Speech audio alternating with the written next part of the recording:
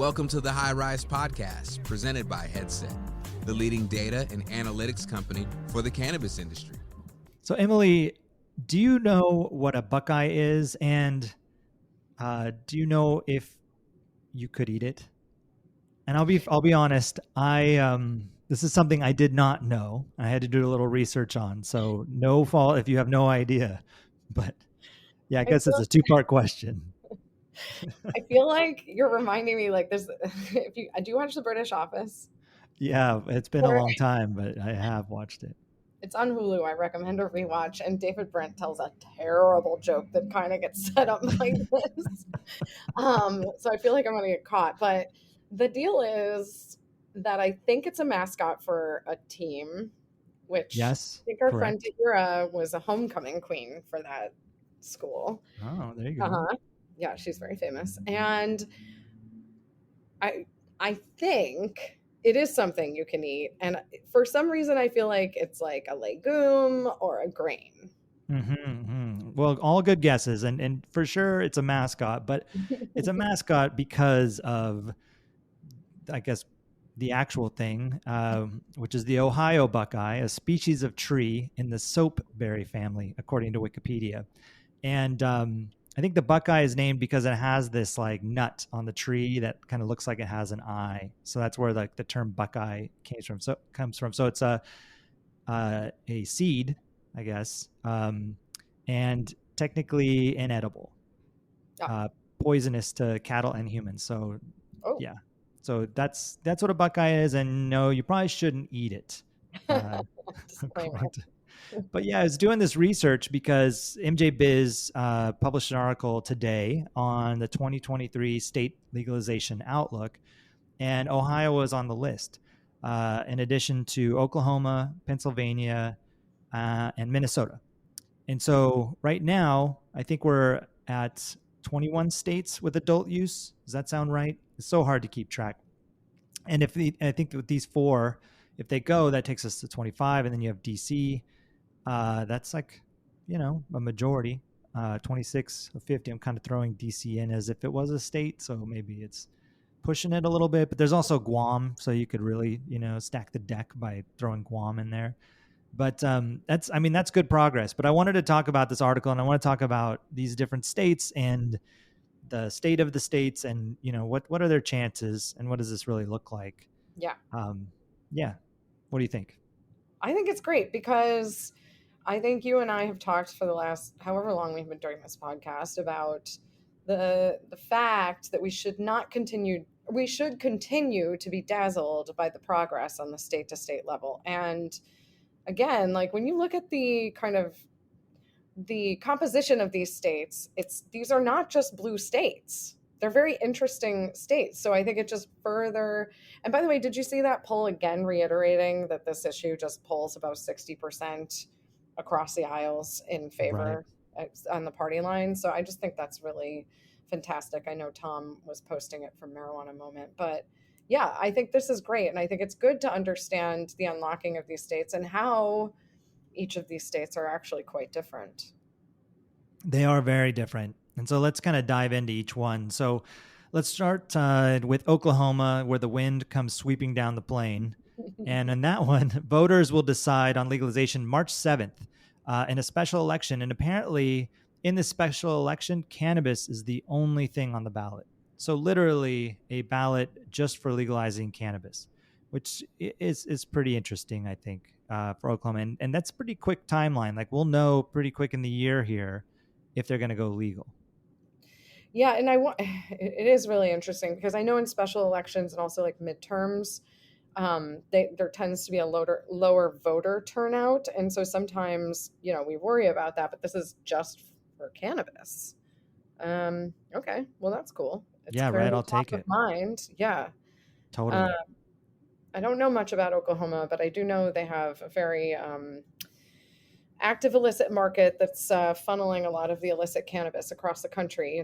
California and Oregon get a bad rap for that, and for kind of a good reason. But I know Oklahoma is also a contributor. So I wonder if this is an instance where they're realizing that they do need a legal and regulated framework so that they can, potentially create more fencing around the illicit operators. I don't really know. But David Downs, actually, I was just with him today, and he mentioned that Oklahoma has more dispensaries than LA does right now. And LA has a lot. So anyone who knows LA knows there's a lot. And so the fact that Oklahoma already has that many is interesting. So I don't anticipate that this state will be one of those big unlockings like New Jersey was, but I think it'll create more regulation and framework around what's existing in the market, is my guess on what will happen here. Yeah, you're right. Oklahoma, I think, is that way because it's basically adult use already.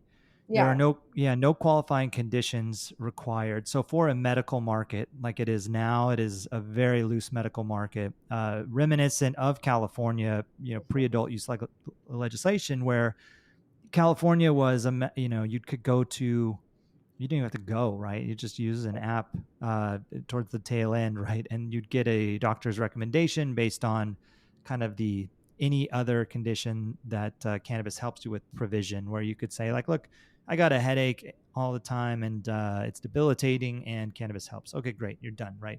It was so loose that it was basically adult use in medical in California. So I think that same situation is happening in Oklahoma, which is why you have so many dispensaries right now that have popped up. And I think it's the regs are pretty light, right? And so maybe to that point of curbing the illicit market and just kind of trying to rein it in a little bit, which is probably important just for where this industry is, and we don't need any like sort of bad press within the industry. So reining in is good, within reason, right? It all depend on the structure that they define and what that looks like. But a reasonable framework for legalization, I think, would be good. They currently do about 80 million a month in sales. We have our projections for 2025, and we did these maybe early last year, maybe late 21. But we had a $1.2 billion market, and we analyzed that based on like percentage chance of going rec at what timeline, and population and other factors to get to that number. So 1.2 billion, although I think this timeline is a little faster than we expected, especially with the special election. I don't think we were expecting it at Headset here to see Oklahoma showing up so soon. No. I think it is, and you make a good point. Like, I think what's nice about this market is that it has allowed for independent operators to essentially spring up, because it hasn't been one of those markets where the bigger operators pour a lot of cash into. So it has created more of a small business framework for the people who are there. And I think that's really great. I think what's ideal in these markets is that, I do know that some of these cultivation sites that are not legal, they exploit people. So there's like a human issue in addition to funding the illicit market and fueling the illicit market. So I think it will only help the operators in the state of Oklahoma if there is more of a framework around it. Hopefully. I haven't really read if has there been any guidance around like what the taxation will look like or the licensing fees or anything like that yet. Maybe, but I haven't seen it. Well, nonetheless, I hope that the operators who, the retailers who are running and doing their thing, like I hope they can find a way to participate in the new market and get through this transition, unlike what we, to your parallel to California, unlike what we saw out here. Mm-hmm. Yep. No, we'll see. But I'm excited that it's in March. I mean, that's pretty cool. Like that's just a matter of weeks. We'll be able to talk about, did Oklahoma just legalize, and we'll know more and we'll dig in a bit more. But beyond Oklahoma, the next state that starts with an O is the Buckeye State. So the Buckeye State, and when I was looking this up, it's like, well, what is a Buckeye? Has a well-funded campaign on the ballot for November this year. So it sounds like, I think that there in the article, it calls out some risk to short-circuiting that campaign on the ballot, but I think it sounds like it's pretty for sure November. So that'll be exciting. Ohio is an interesting one, in the sense that it is a swing state. It's a notorious swing state for presidential elections and so on. It has red and blue senators. I'm not sure if it's always red and blue, but I think in just 2022 they elected. I forget his name. The author, he wrote that book, Hillbilly Elegy or whatever. I think that's the guy that they put in the red seat. So, when that happens, we'll see what that looks like. But if it's going to the voters in November, there's a good chance. Ohio, what we've projected at Headset for Ohio is a $1.6 billion market. And this is, annual sales. What the Buckeye State has said, they have an Ohio medical marijuana control program website. It's medicalmarijuana.ohio.gov, and they'll publish some numbers here.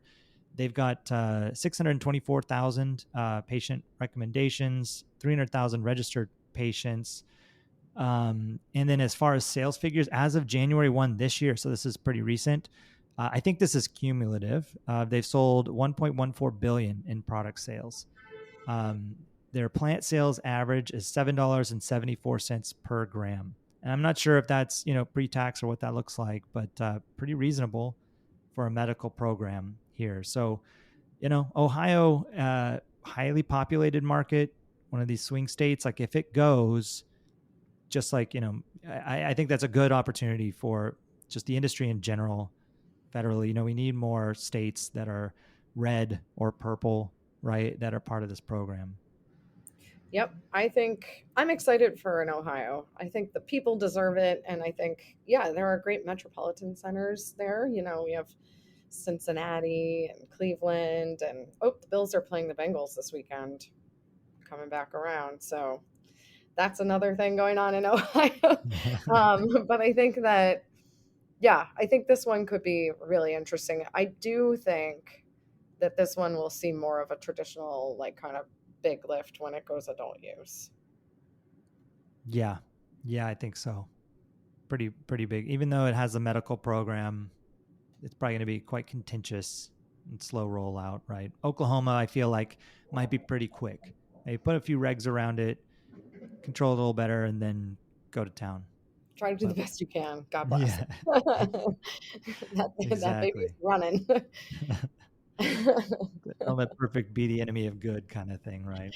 Yeah, that's a good way to think about it. It is fun how all these states are these like little, like experiments of how things are done. I mean, I do wish they would borrow more from what has occurred, but we're watching it all happen in real time. Yeah, Great. some more real time than others, right? Like with Missouri, right, and their fast turnaround this year, and then with like Maryland with their slow turnaround. It can be exciting and frustrating. But so for every Oklahoma, we'll probably have an Ohio where it's a slow rollout. But who knows? Maybe Ohio will surprise us. Speaking of slow rollouts, I'll just say this: you never know. In times where the economy gets more challenged, states are going to be looking for the cash. So exactly, and that's a perfect comment because I want to talk about Pennsylvania, and Pennsylvania has a $2 billion budget deficit right now, and that's massive, right? And where are they going to fill that with the current economic climate? I think it's going to be hard, right? And they have got a pretty robust medical program right now. They've been pretty vocal at the governor's office, and I think the governor just changed hands this year, right? But it's still kind of a mixed state, right? Pennsylvania has a lot of red mixed with that blue, like as we saw with the election, the Senate seat, and all that drama that captured a lot of attention for a state that I'm not in, but knew a lot about, during that process. So I just there were puppies involved, and I was not down with that. I'll just say that. So their program right now, medical, since 2016, they've done almost $4 billion in sales, run rate of about 110 million monthly for their medical. And the medical is a bit more locked down than in Oklahoma, right?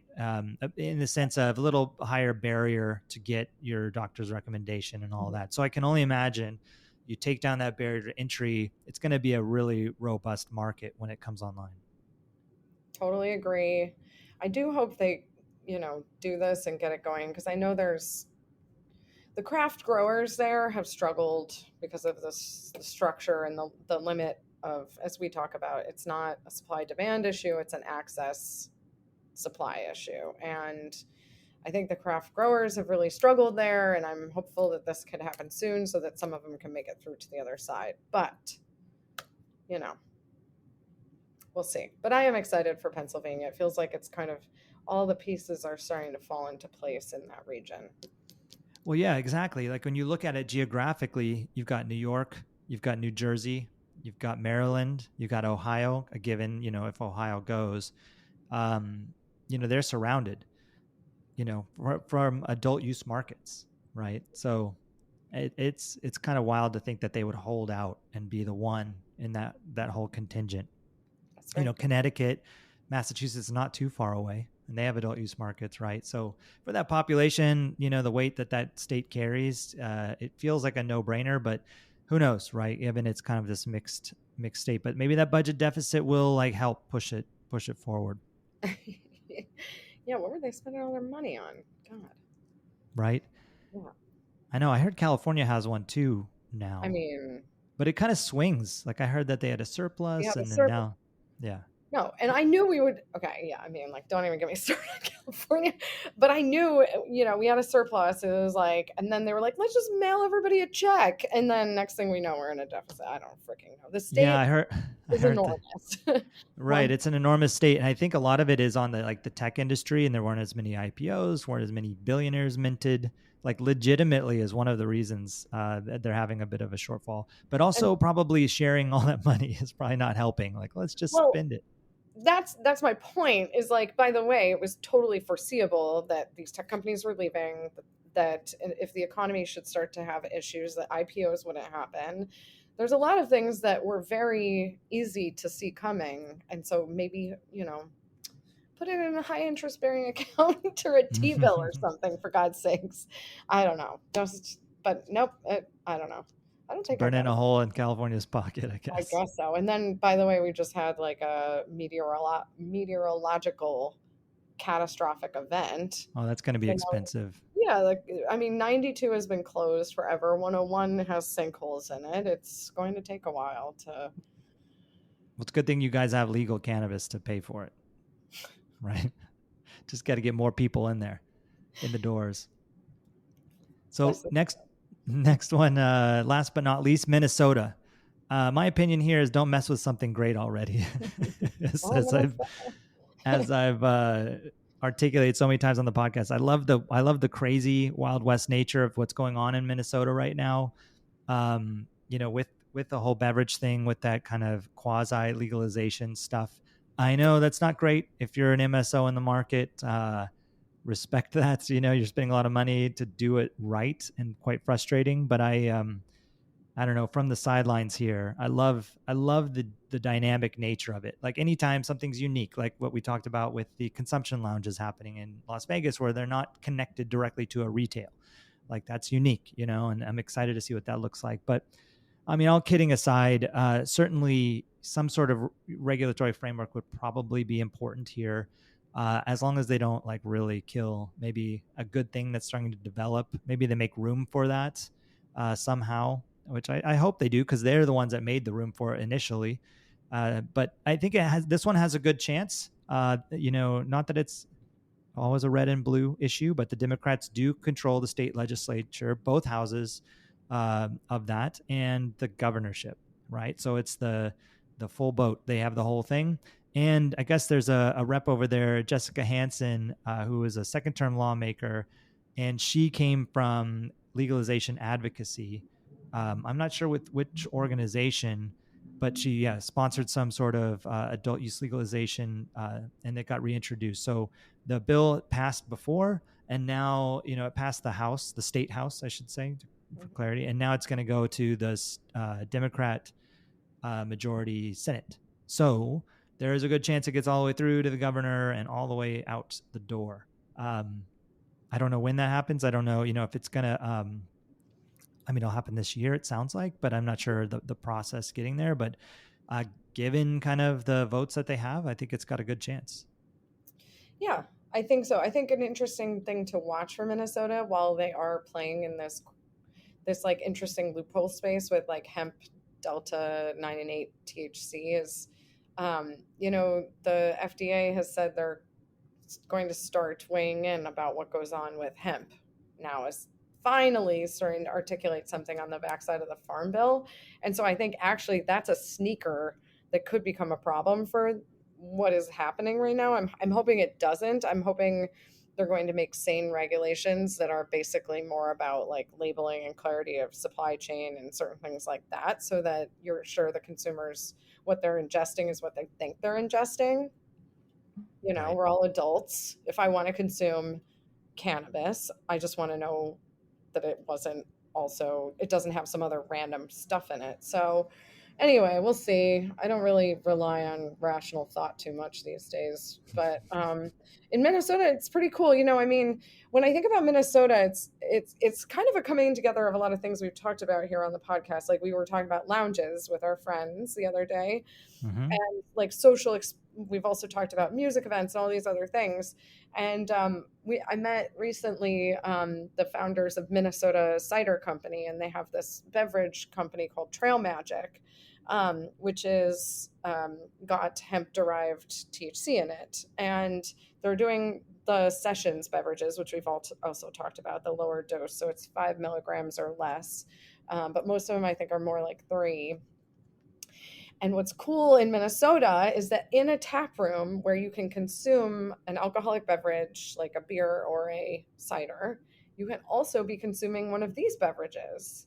So it creates a whole new social paradigm for consumption. So people like, because for example, I know people who don't like to drink alcohol, and now I can, you know, you could share a table with people who have different preferences, and it won't feel like a challenging or a difficult experience for people like that. And I think that's really cool. And they've done some like pop-up tap rooms where it's been a range of these beverages, not just their own. And when I saw the pictures of it, I was like, this is really cool, because this is really where I think the rubber meets the road on beverage, which is a category that is very tiny, but does have promise in terms of growing because of kind of the socialization around beverage as a acceptable form factor. So I think it's really cool, and it wouldn't be possible in any other state, really, technically, but because of Minnesota's regulations, this is happening. Yeah, I think it's the coolest thing. And that's yeah, hopefully the regs will account for that, and they'll make room for that and won't just crush that. You know, and treat it more like a standard market where, you know, it kind of Yeah. starts small and they kind of slowly have to open up to things like that. And I don't know, it seems to be okay. I haven't heard the sky is falling out there, you know, at these restaurants and breweries where they serve this stuff. So, you know, surprise, probably going to be fine. So maybe leave that, but, you know, also expand access, you know, let more consumers be able to buy it in new places and so on. So, Yeah. yeah, I'm excited to see it. And I think, yeah, it's really cool to see how progressive they've been Mhm. around this. And yeah, hopefully more kind of take this path. So anyways, I mean, 4 states here, right? That's a fair amount in 1 year, and some good momentum when we talk about the state by state. You know, this thing's going to keep progressing. You know, a lot of these are now, you know, medical states that are converting, because medical has such a sizable footprint. No surprise, right, that they're doing this, but exciting nonetheless. So yeah, I'm optimistic. Any other surprises you think in 23? Well, I think in 23, not sure, but making definite progress, it appears, is Florida. And it seems as though Sure. True Leave has contributed further to the campaign there to get adult use.